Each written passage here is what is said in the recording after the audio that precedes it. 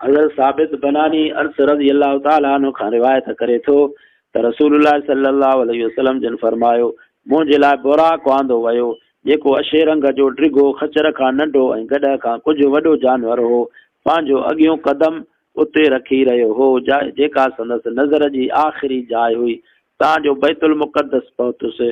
पोइ मूं उनखे उन ई हल्के में ॿधो जंहिंमें नबी सगोरा उन ई खे ॿधंदा हुआ। पोइ मस्जिद अक़सा में दाख़िल थियुसि ऐं हिते बरकातूं पढ़ियमि। पोइ ॿाहिरि निकितुसि त जिब्राईल अलैहिस्सलातु वस्सलाम शराब ऐं खीर जा 2 प्याला पेश कया। मूं खीर जो प्यालो पसंदि कयो। हज़रत जिब्राईल अलैहिस्सलातु वस्सलाम चयो, तव्हां फितरत ते पसंदि फरमायो, फितरत खे पसंदि फरमायो। पोइ असांखे वठी आसमान ते चढ़ियो ऐं साॻी हदीस बयानु कयाईं। फरमायाऊं त पोइ मां आदम अलैहिस्सलातु वस्सलाम सां मिलियुसि जंहिं मूंखे मरहबा चयो ऐं ख़ैर जी दुआ ॾिनई ऐं फरमायूं त 3 आसमान ते मुंहिंजी मुलाक़ात हज़रत यूसुफ अलैहिस्सलातु वस्सलाम सां थी। मूं ॾिठो त खेसि हुस्न जो अधु हिसो अता कयो वियो आहे। उन ई मूंखे मरहबा चयो, ख़ैर जी दुआ ॾिनई। रावी हिन हदीस में मूसा अलैहिस्सलातु वस्सलाम जे रोअण जो ज़िक्र न कयो आहे। फरमायूं त 7 आसमान ते मूं इब्राहिम अलैहिस्सलातु वस्सलाम खे ॾिठो जेको बैतुल मामूर खे टेक ॾेयूं वेठो हो। इबादत जी उन ई जाइ में हर ॾींहुं 70,000 फ़रिश्ता दाख़िल थींदा आहिनि। पोइ वरी उन्हनि खे ॿीहर दाख़िल थियण जी सादत नसीब न थींदी आहे। पोइ मूंखे सिदरतुल मुंतहा ते आंदो वियो। छा थो ॾिसां त उन जा पन हाथीअ जे कननि जेॾा, उन जा ॿेर मटनि जहिड़ा आहिनि। जॾहिं अलाह ताला जे हुकुम सां का शइ उन ढकी रही आहे त उहो वण मिटिजी अहिड़ो सुहिणो थी रहियो हो जंहिंजे सुहिणाइप जी सिफ़त अलाह जे मख़लूक मां कंहिंखे बयानु करणु मुमकिन न आहे। ऐं अलाह मूं ॾांहुं वही कई जेका वही कयाई। पोइ हर ॾींहुं राति में मूं ते 50 निमाज़ूं फ़र्ज़ु फरमायूं वयूं। जॾहिं लही मूंसां वटि आयुसि त उन ई पुछो, तव्हांजे उम्मत ते अलाह छा फ़र्ज़ु फरमायो आहे? मूं चयो त अलाह मुंहिंजे उम्मत ते हर ॾींहुं राति में 50 निमाज़ूं फ़र्ज़ु फरमायूं आहे। उन ई चयो त धणीअ दर वापसि वञो ऐं उन में हल्काईअ जो सुवालु करियो। तव्हांजी उम्मत एतिरियूं निमाज़ूं पढ़ी न सघंदी। बेशक मूं बनी इसराईल खे आज़मायो आहे ऐं संदन परख कई आहे। पोइ अलाह ताला ऐं मूसा अलैहिस्सलातु वस्सलाम जे विच में मुंहिंजी अचु वञु थींदी रही। तव्हांजो अलाह ताला फरमायो उहे हर ॾींहुं राति में 5 निमाज़ूं आहिनि। हर निमाज़ जो अजुर ऐं सवाबु 10 निमाज़नि जेतिरो आहे। अहिड़ीअ तरह उहे 50 निमाज़ूं थियूं। जंहिं शख़्स कंहिं नेकीअ जो इरादो कयो ऐं उन ते अमल न कयाई ऐं संदसि लाइ हिकु नेकी लिखी वञे थी ऐं जेकॾहिं उन ते अमल कयाई त संदसि लाइ 10 नेकियूं लिखियूं वञनि थियूं। ऐं जंहिं शख़्स कंहिं बुराईअ जो इरादो कयो ऐं उन ते अमल न कयाई त उन ई लाइ का बि शइ नथी लिखी वञे। पोइ जेकॾहिं उन ते अमल कयाई त संदसि लाइ हिकु बुराई लिखी वञे थी। फरमायो त पोइ मां लही मूसा वटि आयुसि। उन ई चयो त वरी पंहिंजे रब वटि वापसि वञो ऐं निमाज़ुनि में हल्काईअ जो सुवालु कयो। रसूलुल्लाह सल्लल्लाहु अलैहि वसल्लम जिन फरमायो त मूं चयो त पंहिंजे रब वटि एतिरा भेरा मोटी वियो आहियां, रब वटि एतिरा भेरा मोटी वियो आहियां। हाणे मूंखे हया थो थिए त 50 मां 45 माफ़ थियूं, बाक़ी 5 बचूं। हाणे जेकॾहिं वञा त यानी 5 बि माफ़ थियनि, तंहिंजे करे हाणे रब वटि मूंखे हया थो थिए। हज़रत बिन शहाब अनस रज़ियल्लाहु अन्हु खां रिवायत करे थो त हज़रत अबू ज़र रज़ियल्लाहु ताला अन्हु हदीस बयानु कंदो हो त रसूलुल्लाह सल्लल्लाहु अलैहि वसल्लम जिन फरमायो त मां मके में हुयुसि। मुंहिंजे घर जी छत खुली पई जंहिंमां हज़रत जिब्राईल अलैहिस्सलातु वस्सलाम लही आयो। पोइ मुंहिंजे सीने खे चीरियाई, उनखे ज़मज़म जे पाणीअ सां धोई इल्म ऐं ईमान सां भरियल हिकु सोने थाली मुंहिंजे सीने में पलटियाई ऐं मुंहिंजे सीने खे बराबरि करे छॾियाई। पोइ मूंखे हथ खां वठी दुनिया जे आसमान वटि आयो। तॾहिं जिब्राईल अलैहिस्सलातु वस्सलाम आसमान जे दरबाननि खे चयो त दरवाज़ो खोल। उन ई चयो त तूं केरु आहीं? चयईं त जिब्राईल आहियां। चयईं त तोसां ॿियो बि को आहे? जिब्राईल अलैहिस्सलातु वस्सलाम चयो त हाओ, मूं सां गॾु मुहम्मद सल्लल्लाहु अलैहि वसल्लम आहे। उन ई चयो त छा कंहिंसां घुरायो वियो आहे? जिब्राईल अलैहिस्सलातु वस्सलाम चयो त हाओ। पोइ जॾहिं दरवाज़ो खोलियाई त दुनिया जे आसमान ते चढ़ियासूं। उते छा थो ॾिसां त हिकु शख़्स वेठो आहे। संदसि साॼे पासे बि माण्हुनि जी हिकु जमात आहे ऐं संदसि खाॿे पासे बि माण्हुनि जी हिकु जमात आहे। जॾहिं पंहिंजे साॼे ॾिसी रहियो हो त खिली रहियो हो, जॾहिं पंहिंजे खाॿे ॾिसी रहियो हो त रोई रहियो हो। पोइ मूंखे चयईं त भली करे ऐं नेक नबी, नेक पुट। मूं जिब्राईल अलैहिस्सलातु वस्सलाम खे चयो त हीउ केरु आहे? उन चए त ही आदम अलैहिस्सलातु वस्सलाम आहे ऐं संदसि साॼे ऐं खाॿे ॿ टोलियूं संदसि औलाद जे रूहनि जूं आहिनि। साॼे तरफ़ वारा बिश्ती आहिनि, जन्नती आहिनि, ऐं खाॿे पासे वारा जहन्नमी आहिनि। जॾहिं पंहिंजे साॼे पासे ॾिसे थो त खिले थो, जॾहिं खाॿे पासे ॾिसे थो त रोए थो। पोइ मूंखे साण करे ॿिए आसमान ते चढ़ियो, दरबाननि खे चयाईं त दरवाज़ो खोल। ॿिए आसमान जे दरबाननि बि साॻीअ तरह सुवाल जवाबु कयो, दरवाज़ो खोलियाईं। अनस रज़ी अलाह ताला अन्हु फरमाए थो त अबू ज़र रज़ी अलाह अन्हु आसमाननि में आदम अलैहिस्सलातु वस्सलाम ऐं हज़रत इब्राहिम अलैहिस्सलातु वस्सलाम जे बारे में साबित न करे सघियो। संदन दर्जा के ई हुआ, दर्जा के ई हा, सवाइ हिन जे जो बयानु कयाई। पाण करीमन सल्लल्लाहु अलैहि वसल्लम आदम अलैहिस्सलातु वस्सलाम खे हिन दुनिया जे आसमान ते ॾिठो, इब्राहिम अलैहिस्सलातु वस्सलाम खे 6हें आसमान में। अनस रज़ी अलाह ताला अन्हु चयो त जॾहिं जिब्राइल अलैहिस्सलातु वस्सलाम नबी सल्लल्लाहु अलैहि वसल्लम जिन खे साण वठी इदरीस अलैहिस्सलातु वस्सलाम वटां लंघियो त उन ईअं चयो त भली करे ऐं नेक नबी ऐं भलारा भाउ। मूं चयो त ही केरु आहे? जिब्राइल अलैहिस्सलातु वस्सलाम चयो त ही इदरीस अलैहिस्सलातु वस्सलाम आहे। पोइ मूसा अलैहिस्सलातु वस्सलाम वटां लंघियुसि, उन ई चयो त भली करे ऐं नेक नबी भलारा भाउ। चयमि त ही केरु आहे? चयईं त ही मूसा अलैहिस्सलातु वस्सलाम आहे। पोइ ईसा अलैहिस्सलातु वस्सलाम वटां लंघियुसि, उन ई चयो त भली करे ऐं नेक नबी ऐं भलारा भाउ। मूं चयो त ही केरु आहे? जिब्राइल अलैहिस्सलातु वस्सलाम चयो त ईसा अलैहिस्सलातु वस्सलाम आहे। पोइ इब्राहिम अलैहिस्सलातु वस्सलाम वटां लंघियुसि, चयईं त भली करे ऐं नेक नबी ऐं भलारा पुट। मूं पुछियो त ही केरु आहे? चयईं त इब्राहिम अलैहिस्सलातु वस्सलाम आहे। इब्न अब्बास रज़ी अल्लाह अन्हु अबू हब अंसारी रज़ी अल्लाह अन्हु चवंदा हा त रसूलुल्लाह सल्लल्लाहु अलैहि वसल्लम जन फरमायो त पोइ मूंखे मथे ॾियो वियो, तव्हांजो निहायत मथां हंध ते पहुतुसि ऐं उन में कलमनि जे लिखण जो आवाज़ ॿुधुमि। हज़रत अनस बिन मालिक रज़ी अल्लाह ताला अन्हु फरमाए थो त रसूलुल्लाह सल्लल्लाहु अलैहि वसल्लम जिन फरमायो पोइ मुंहिंजे उम्मत ते 50 निमाज़ूं फ़र्ज़ कयूं वयूं। जॾहिं उहो हुकुम वठी मूसा अलैहिस्सलातु वस्सलाम वटां अची लंघियुसि त मूंखे चयाईं त अल्लाह ताला तव्हांजे उम्मत ते छा फ़र्ज़ फरमायो आहे? मूं चयो त 50 निमाज़ूं फ़र्ज़ फरमायूं आहिनि। उन ई चयो त पंहिंजे रब वटि मोटी वञो, छाकाणि त तव्हांजी उम्मत में एतिरी ताक़त नाहे। पोइ मूंखे वापसि कयाईं, तव्हांजो कुझु निमाज़ूं माफ़ ॾियो। पोइ मोटी मूसा वटि आयुसि।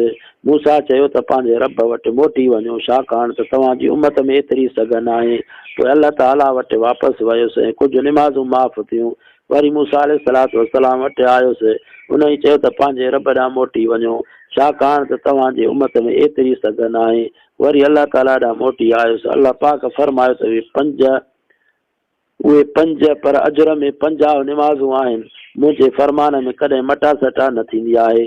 पोइ मूसा अलैहिस्सलातु वस्सलाम वटि आयुसि, उन ई चयो त पंहिंजे रब ॾांहुं वरी वापसि वञो। मूं चयो त मूंखे पंहिंजे रब खां हया थो थिए। पोइ मूंखे मथे वठी वञो, तव्हांजो मूंखे सिदरतुल मुंतहा वटि बीहारियईं, जंहिंखे अहिड़नि रंगनि ढके छॾियो हो जो मां नथो ॼाणा त उहे कहिड़ियूं शयूं आहिनि। पोइ मूंखे बिश्त में दाख़िल कयो वियो, जिते मोतियुनि जा थंभा हा, उन जे मिटी मुश्क जी हुई। हज़रत अब्दुल्लाह बिन मसऊद रज़ी अल्लाह अन्हु खां रिवायत आहे त जॾहिं रसूलुल्लाह सल्लल्लाहु अलैहि वसल्लम जिन खे मेराज करायो वियो त खेनि सिदरतुल मुंतहा आंदो वियो ऐं ॿेर जो उहो वण 6हें आसमान खां शुरू थिए थो। ज़मीन मां जेका बि शइ मथे चढ़ंदी आहे सिदरतुल मुंतहा ताईं पहुचंदी आहे, ऐं जेका शइ ज़मीन ते हेठि लाथी वेंदी आहे सिदरतुल मुंतहा ताईं लहंदी आहे। पोइ ही आयत पढ़ियाई, इज़ यग़शा सिदरत मा यग़शा, जॾहिं ॿेर जे वण खे ढकींदी आहे उहा शइ जेका ढकींदी आहे। इब्न मसऊद रज़ी अल्लाह अन्हु चवे थो त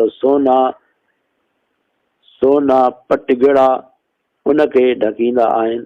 पोइ रसूलुल्लाह सल्लल्लाहु अलैहि वसल्लम जिन खे 3 शयूं ॾिनियूं वयूं, 5 निमाज़ुनि जी फर्ज़ियत, ॿियो सूरत बकर जो आख़िरी हिसो, ऐं संदन उम्मत मां जेको शिरक न करे तंहिंजे वॾनि गुनाहनि खे बख़्शिश जो वाइदो।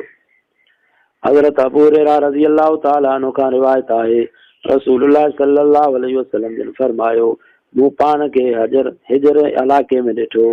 कुरैश जा माण्हू मूंखां मुंहिंजे मेराज जे बारे में सुवाल करे रहिया हुआ। उन्हनि बैतुल मुक़द्दस जे बाज़ निशान जे बारे में सुवालु कयो जेकी मूं यादि न रखियूं हुयूं, जंहिं करे मूंखे ॾाढो ॾुख थियो। अहिड़ो ॾुख कॾहिं बि न थियो। अल्लाह ताला बैतुल मुक़द्दस खे मुंहिंजे साम्हूं आंदो। कुरैश जेकी कुझु पुछी रहिया हुआ उन्हीअ खे ॾिसी खेनि जवाबु ॾींदो रहियुसि। मूं पाण खे नबियनि जे जमात में लधो। मूसा अलैहिस्सलातु वस्सलाम भी निमाज़ पढ़ी रहियो हो।